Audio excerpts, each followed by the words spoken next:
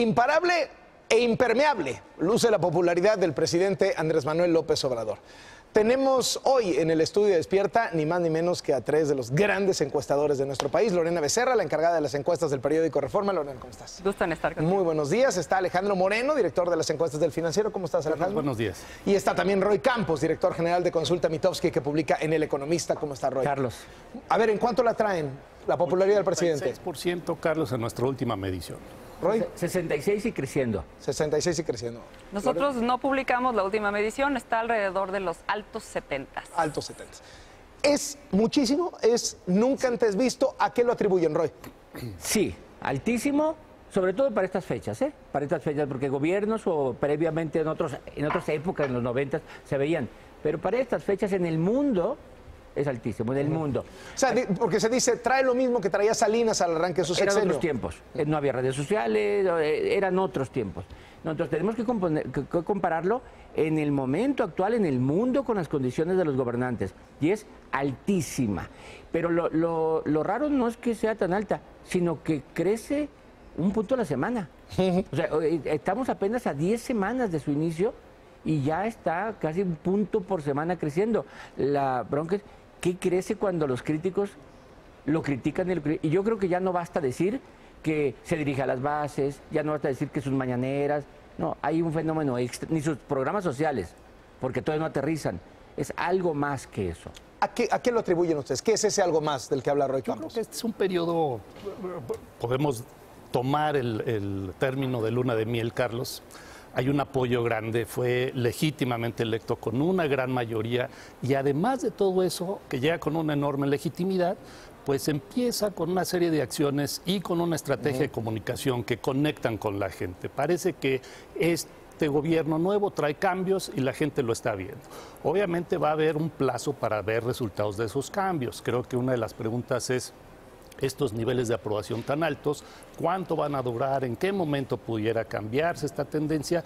Pero lo vemos fluctuando, Carlos, como dice Lorena, arriba de los 70s, incluso arriba de 80s en algunas de nuestras mediciones, y creo que ahí va a estar fluctuando por un rato. Lorena. Yo te diría que sí es sorprendente este nivel de aprobación, sobre todo porque ya veníamos registrando históricamente un desencanto de la población con muchos temas, ¿no? O sea, Fox sí entró con 70s, salió mucho más bajo. Calderón entró más bajo, pero fue creciendo, y Enrique Peña Nieto entró relativamente moderado y luego, después del primer año, se desplomó. Entonces, a raíz de esto empezamos a ver un desencanto con la democracia, una idea de que no iba a mejorar la condición de seguridad, de que todos los políticos son corruptos, de que no se podía regresar a la eficiencia gobernar del PRI, etcétera. Y de repente empezamos a ver que la opinión pública tan desencantada empieza a tener expectativas altas, empieza a creer en el cambio que ofrece López Obrador y empieza a indexar este apoyo a todo lo que él dice. Entonces nosotros, por ejemplo, en esta encuesta que yo te cito, medimos la Guardia Nacional, que ha sido altamente criticada en Círculo Rojo, ¿no? Y por expertos. 82% aprueba la Guardia Nacional, ¿no? Veíamos la estrategia de huachicoleo, 63% aprueba. Y esto es todo lo que se asocia a la imagen de López Obrador, sobre todo un poco lo que decía Alejandro, por el cambio. Esta es una aprobación al cambio, ¿no? ¿Están de alguna manera los ciudadanos valorando que es un presidente que está haciendo cosas, que por lo menos lo está intentando, aunque haya tropiezos en el camino? Porque los tropiezos ahí están, ¿no? Y se ha señalado muy claramente como el desabasto de combustible, por ejemplo, pues se agudizó por errores gubernamentales, o la baja en la calificación de Pemex, o la militarización. Es decir, están las cosas ahí sobre la mesa, pero a lo mejor la población detecta un presidente que, a diferencia de otros, está haciendo cosas. De hecho, Carlos, el día de hoy publico en El Economista y justo le llamo AMLO en movimiento. Esa es la variable.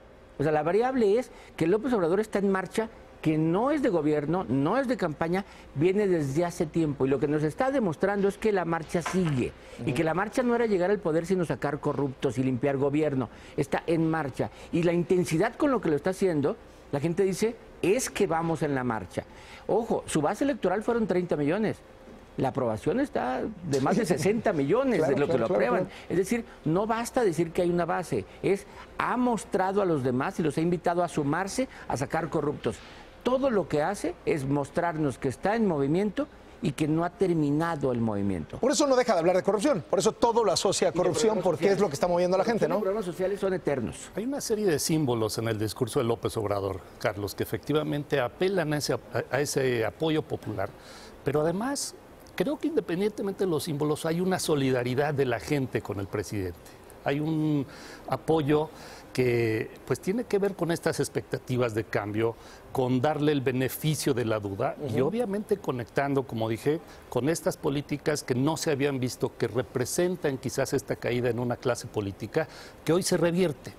Obviamente, pues la pregunta de nuevo va a ser ¿cuánto tiempo va a durar? Te la iba yo a preguntar porque la mencionaste en tu intervención pasada. ¿Cuál es tu cálculo? ¿Cuánto dura la luna de miel? De entrada es muy difícil saberlo, pero creo que el comportamiento con las 4 administraciones anteriores nos permiten más o menos tener una idea. ¿Cuándo cae la aprobación? ¿Cuándo se terminó con Vicente Fox, por ejemplo? Con Cedillo de entrada, cuando se suben impuestos. No se ve ahorita en los primeros 3 años de gobierno en la agenda una reforma fiscal que pudiera romper con esta tendencia. Obviamente le estoy atribuyendo algo que hemos visto en el pasado. En el momento en que subes impuestos, la popularidad cae. Sin embargo, otra vez, como dice Roy, estamos en otros tiempos. Lo que hemos visto que funciona antes puede no funcionar ahora. Él puede hacer algo que suene impopular ante el círculo rojo y, sin embargo, cae para arriba. ¿Cuánto dura la luna de miel, Lorena, desde su punto de vista? Yo creo que aquí sí hay, y coincido un poco con que son otros tiempos, o sea, sí estamos viendo que la opinión pública se mueve de otra manera.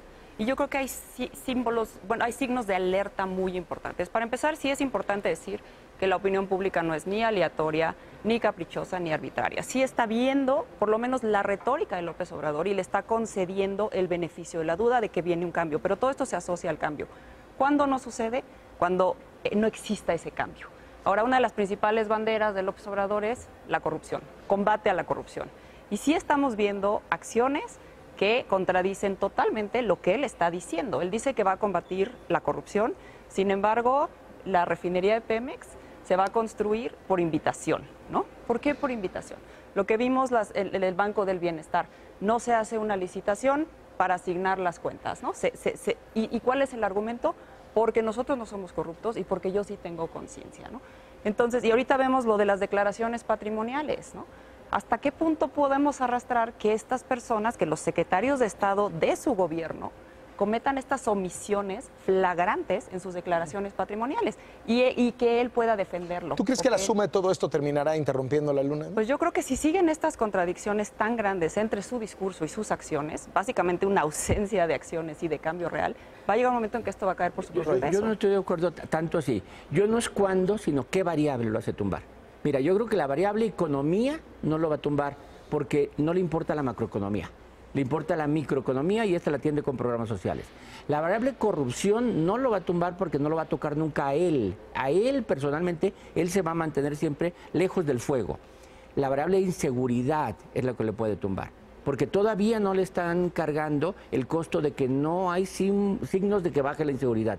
Y esa con el tiempo sí se le va a empezar a reclamar la gente si no atiende la inseguridad, que hasta ahorita no ha hecho nada de eso. ¿Qué piensan del contraste que existe entre lo que pasa en el Congreso, la representación del Congreso y los 80% de aprobación? Lo que se lee en la prensa, se escucha en la radio, se ve en la televisión, que es mucho más equilibrado de lo que realmente piensa la ciudadanía según sus mediciones. Redes sociales, no se diga, ¿no? Ahí está parejo prácticamente. Memes. Y no, o sea, ¿qué está pasando entre la opinión publicada y la gente? Tú empleaste una palabra que me gustó mucho ahorita, Carlos, es una popularidad impermeable. Yo creo que cualquier crítica, y por lo mismo que es un periodo de inicio de luna de miel, todavía no se cumplen ciertos plazos, esa crítica se le va a ir resbalando como impermeable, es decir, no está pegando, ¿no? Habrá que ver exigencias un poco más adelante. Ahora, el hecho de que tenga una aprobación muy alta, alrededor de los 80%, no quiere decir que la gente no esté en desacuerdo con algunas de sus políticas. Por ejemplo, en la última encuesta teníamos un alto apoyo al combate contra el huachicoleo, pero relativamente mucho más bajo, sí mayoritario, pero mucho más bajo en términos de política exterior, el tema Venezuela, en términos de la CENTE. Esta es una temática que creo que puede ir creciendo. Entonces, ahí hay ciertas debilidades y, por supuesto, como dice... A ver, Roy dice que la vulnerabilidad es corrupción. Tú dices la vulnerabilidad... Inseguridad. Perdón, inseguridad. Tú dices que la vulnerabilidad es Venezuela y CENTE. Y yo le añadiría, por lo que estamos viendo, su equipo. Puede haber vulnerabilidad en el equipo. Tú dices que la vulnerabilidad son las contradicciones, ¿no? Y el hecho de que la realidad lo alcance. Cuando ya no haya resultados, los resultados que la población espera ver. Ahora, yo desde la campaña, cuando López Obrador traía en sus encuestas 25, 28, 30%, escuchaba, ya va a caer porque se peleó con los ricos. Ya va a caer porque va a cancelar el aeropuerto. Ya va a caer porque se alió con el Bester y el Napito y subía. Ya va a caer porque se alió con la CENTE y subía. Ya va a caer porque en las listas hay puros impresos y subía. Ya va a caer porque dijo que la reforma educativa le iba a cancelar y subía. Ya va a caer porque generó el desabasto de la gasolina y sigue subiendo. Ya va a caer y no cae nunca. Ha estado desafiando la gravedad política, como lo habíamos dicho, es decir, creemos que va a caer. Esto es signo, me parece, de esta solidaridad de la gente con él, ¿no? Es decir, todo lo que esperaríamos que con otro liderazgo, con otro gobierno cayera, en este momento hay un enorme colchón social, un enorme apoyo social y bueno, regresando a tu pregunta del Congreso, este es el mejor momento para legislar. ¿Qué creo que no va a legislar de nuevo? Porque es altamente costoso, impuestos. Y no hay oposición. Y no hay oposición. Es que eso yo creo que es un factor muy importante. La ausencia de una oposición creíble que tenga un discurso en donde la gente diga, porque ahorita ya ¿qué le crees al PAN? ¿Qué le crees al PRI? El movimiento Ciudadano está focalizado y está creciente, pero todavía no es suficiente como para hacerle un contrapeso. Sí, su gran ventaja como personaje político es que la clase política está tan deteriorada que no hay legitimidad y no ha aparecido el López Obrador de López Obrador. Le hace falta a López Obrador un López Obrador. Sí. Les agradezco muchísimo que hayan venido esta mañana. Gracias. Lorena Becerra, Roy Campos, Alejandro Moreno, muchísimas gracias. Tres de los grandes encuestadores mexicanos. Oiga.